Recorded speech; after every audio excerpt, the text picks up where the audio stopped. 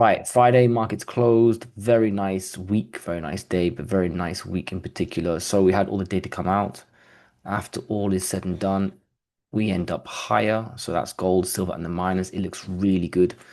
Next week looks like we're really going to break out to new highs in everything. So gold for sure looks good. I mean, we've had this gradual grind higher as silver's doing its crazy breakout. And then we had this little handle here, very nice confirmation of support. I mean, it was breakout plus it's ascending. No surprise that it actually worked. But here we go, going higher. So Monday we will attack 4,550.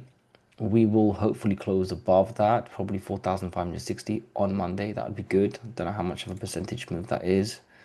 Is that doable? Yes, we do basically 1% a day almost, although we didn't do that today. So yeah, a close above that next week, and then boom, new highs. Then choose your number. 4,600 is the first obvious one.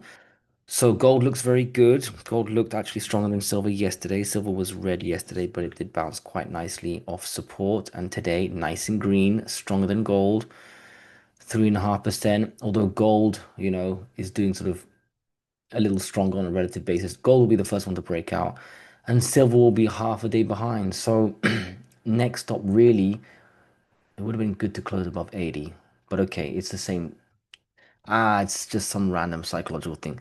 We basically closed at 80. So Monday, whilst gold is attacking its all-time highs, silver will be attacking, I don't know, 82 to 84, right? And maybe the next day, once gold is continuing higher, which we're so used to, shouldn't take that for granted. But I just feel like silver's half a day behind. So 84, really, you close above 84, and it's just 90 is your next target. And when you're at 90, you're basically at 100, right?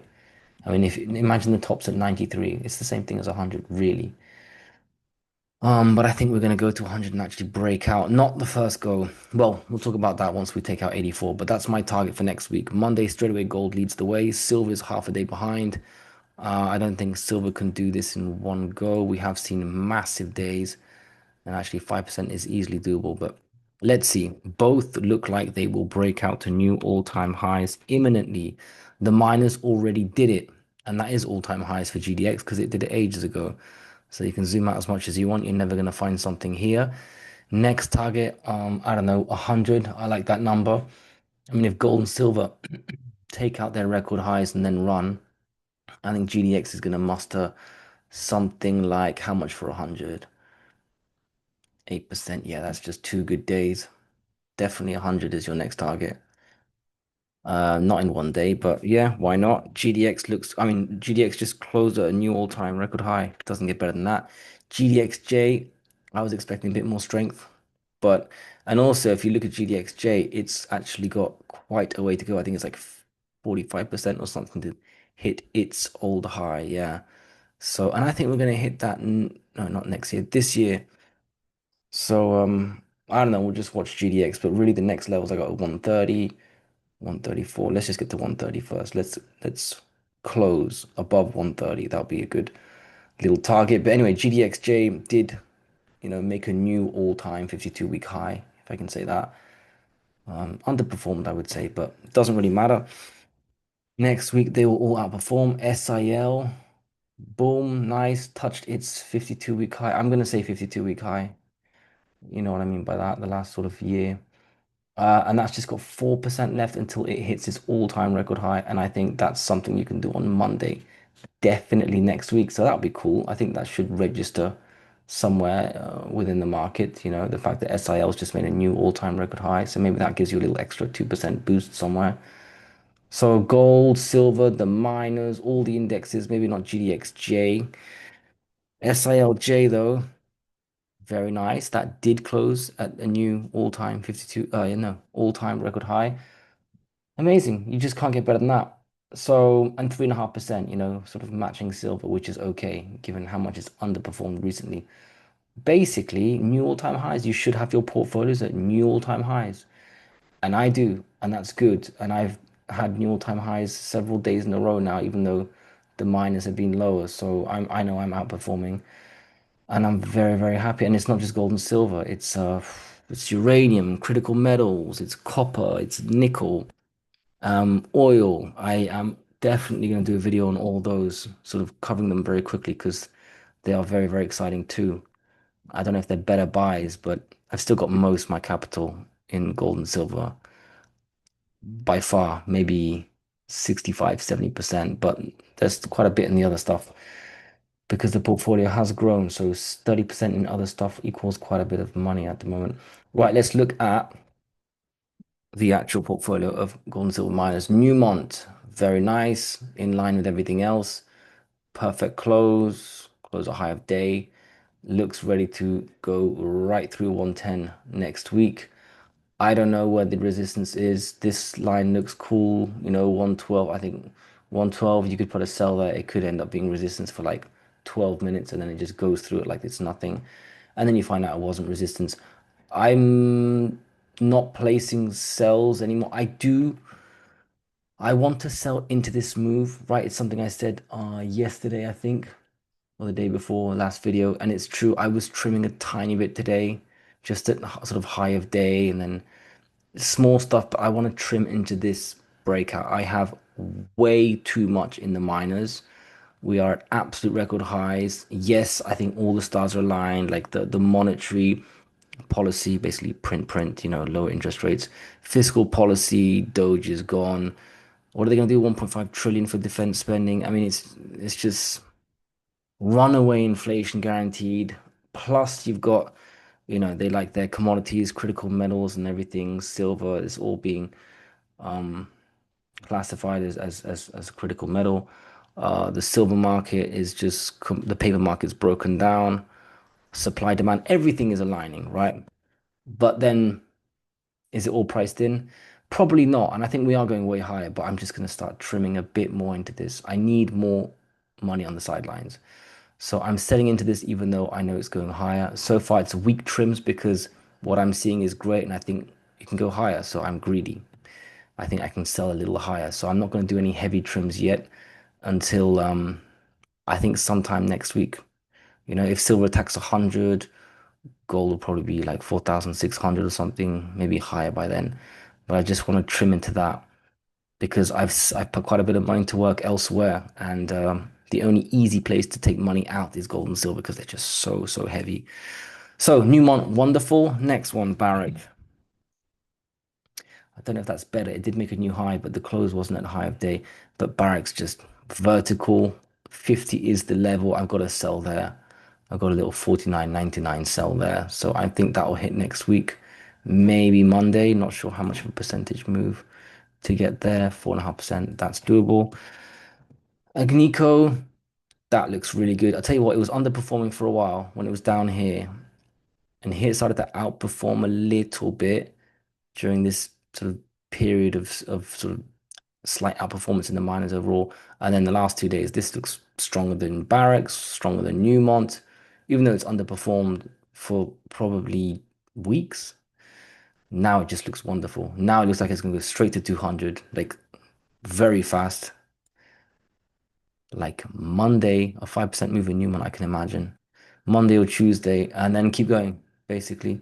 If it goes all the way up and comes back down, then 200 or otherwise right where we are, 187, that could become support. But I think this looks extremely strong. And I know that quite a few people have convincing arguments as to why Agnico is cheaper now than when gold was at 2000, relatively speaking. So that is not the kind of stock I'm wanting to sell, but I'm just doing light trims on this, just on general principle. I need to squeeze a bit of money out of everything, to be honest, except the juniors.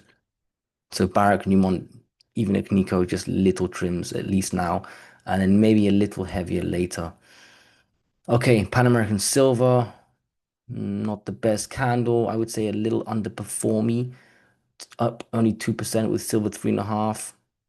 Especially if you look at the other silver stocks, by the way, EXK, Heckler, CDE even. So Pan America underperformed today, but I think it's just a one-off. I think tomorrow it just breaks out, goes straight tomorrow, I mean Monday, straight through 56 and up towards 60. But today noticeably underperformed, but I do think it's just a one-off. Wheaton, not the best, underperformed. I still think it's a one-off, maybe waiting for that extra confirmation next week. Very strong stock. I think this goes straight to 130 on Monday or Tuesday. Yeah, it did underperform though. Franco Nevada, which did very well yesterday, not the best close. I didn't even realize that. But I got to watch like 80 stocks, which is not a good thing. 235. It went up like 5% yesterday. It really outperformed. A bit like Agnico Eagle, except Agnico Eagle actually closed near high of day, if I remember. Yeah, much better. Okay. All right. Well, I don't know. I don't know why Franco Nevada gave a lot of that back. When was it? Just towards the end. Okay, irrelevant. That'll just become your resistance, 236. We'll probably go test 236 on Monday. And if we break out of that, go straight through 240 the day after. Still made a new all-time high, so that's better than some. Next is Metalla, which is just teasing us here, just sideways, big candles, and then doesn't follow through. Let's see if we can take out 860 and then run towards 9. Those are your resistance levels. I think next week it goes up anyway, no matter what. I am gold. Looks okay. I was expecting it to test this sort of $18 range today. 1% is pretty feeble, but we should definitely be testing 18 next week because that's when everyone should be convinced that we're going higher for sure. I mean, it's pretty obvious already. Next is Equinox. What the hell's going on over there? Yeah, Equinox was just weak. There must have been news, some sort of company specific news, not horrible news because it's only 3%, but still, it should have been an update. So it's probably more than a 3% drop. It's probably like a 5 or 6% drop from what it should have done. I don't know. I guess I could look into it, but I don't take it too seriously. I think it will just end up going higher. I mean, it has to go higher, right? It will lift all boats that move up to new highs in gold and silver. B2 gold. Okay, what is it? Rick Rule, one of Rick Rule's favorite for 2026. Fine. This should be 480 next week very early. Honestly, it should be Monday if we're going higher, which we should. And the rest of the week we should spend our time going up straight through 5 and into this sort of 5, 30, 40 zone. Come on, right? What is this? I'm gonna hold it. I'm not in a hurry to sell it. I just look forward to selling it, but I think I can get it higher. And I'll just do small trims on this one. I won't do anything heavy just yet. If it's Rick Rule's favorite, one of his favorites, then maybe. Well, he definitely knows stuff I don't know. Harmony.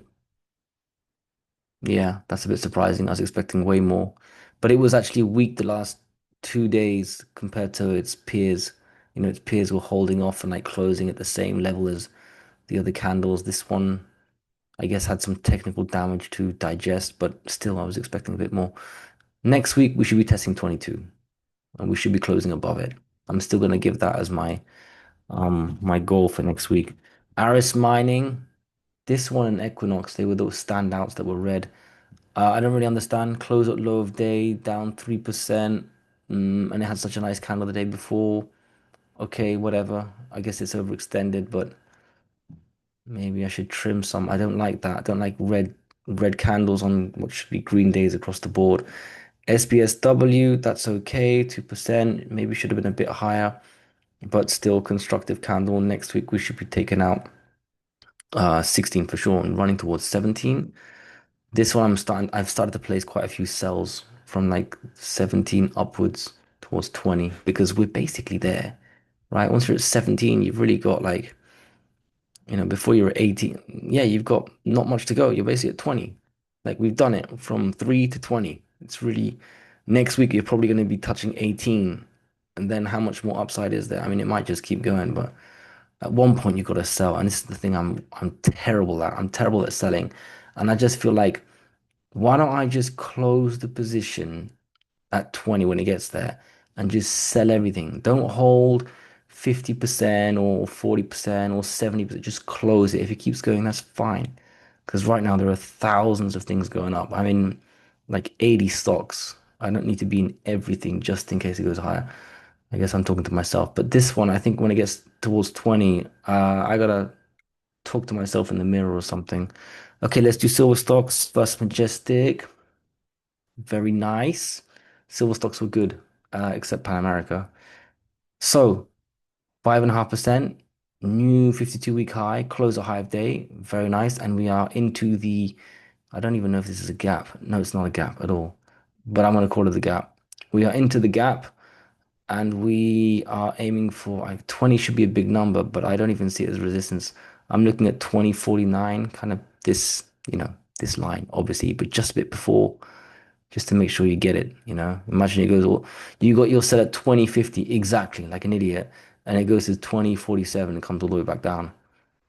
No. So yeah, 20 sort of 49 is where I place myself. Little trim, of course. Because I think it's going to go all the way up here, 23, the descending, long-term descending. And if silver's on some weird squeeze rampage, it goes straight through 100 and it's going to 112, okay, then obviously it's going to go to 24 and it might go even higher. To be honest, it should be, let's zoom out more, 27. Ah, we can get there. We can get there this year. We will get there this year. But yeah, very nice daily close. Next stop, sort of 2050, and then we'll look later. Let's first get to 2050, which by the way, we could do on Monday. CDE, very nice. Oh, that's beautiful. Fits perfectly in my little area. That is a gap. So opens here, goes down, tests what is obviously a level, right? Like how obvious is this? It touches here, here. I mean, it's just a level, so that become resistance becomes support. This is your resistance, it's the gap, and we've just been playing in this sandbox, closing the high day. I like it. This is constructive. It's a nice move. It's 4%, but CD's been pretty weak, and I think it's finally finding just a bit of strength here.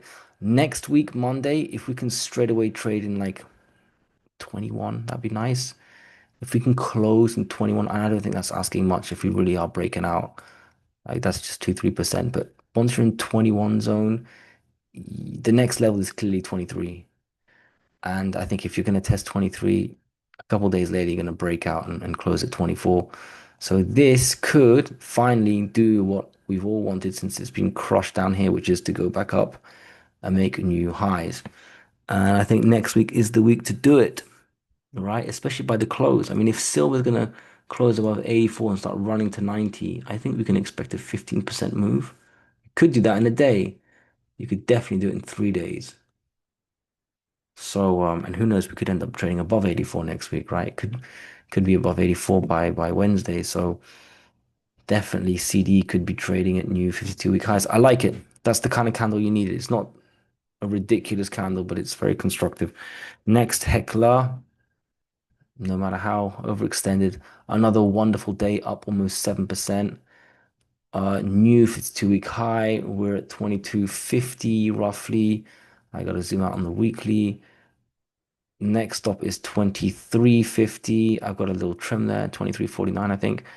And the next trim I got is probably 2599. Those two levels. I mean, look at this. Look at this. It's just gone from 7, and that was already a big move up from like mid threes or something. But, from 7 to 21, which is times 3, but it looks vertical, just vertical. And, I'm used to stocks like this just being weak and not being able to make new highs, and then they're waiting to cascade down. But this one, 6.5%, just always performs very well when silver does. Okay, we had those couple of days where silver miners underperformed, but Hector was always like one of the best performers, even though they all collectively underperformed. And it's just beautiful. It's like it's almost the favorite of the sector, Heckler. It's the go-to, the best performer. I don't know. Although EXK did quite well the other day. And it did well today, 8.5%. I think at one point it was 10%. Also, we've been closing above 1050. I think it's a little bit relevant, although we closed very close to that close. But anyway, we did better. We popped our head above resistance. So now we want to go and test 1150. And tomorrow, Monday next week, if we can open with a nice bang and run, why not go for 13, right? I mean, 13 is basically the all-time absolute high. 22%. I mean, I've seen EXK do 10% today at one point, 11.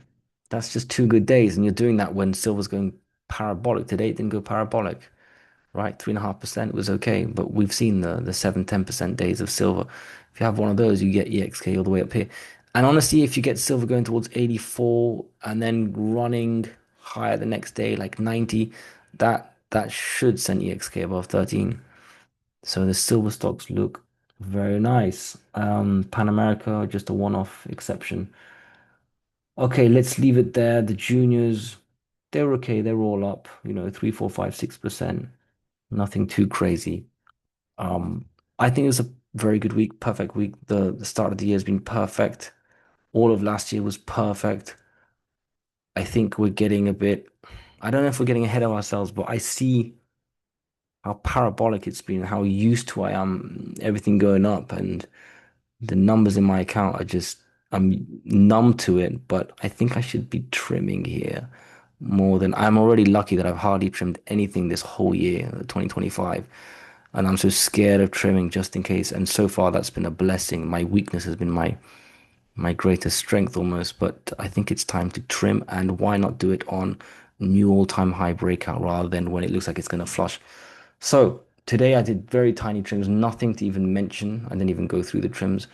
But next week, um, yeah, I'm just gonna put them in good till cancels, pre-market, post-market, so that even if they because remember we had a couple of days there where silver was pumping there in the 70s to 80s, and silver stocks looked okay pre-market, and then by the time they opened, they closed horribly, as we know.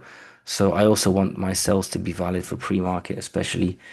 And I'm just going to be trimming across the board, lots of little ones, like 3, 4, 5 sales per stock. There's probably going to be 100 sales per day. It's just the way I do it. Just lots of little cuts. Death by a thousand cuts. Um, and why not do it on the way up? I'll cover those when I do them next week. If it happens, I think it will because I think we are going to go up. And I'm going to try and get in another video now doing the other commodities.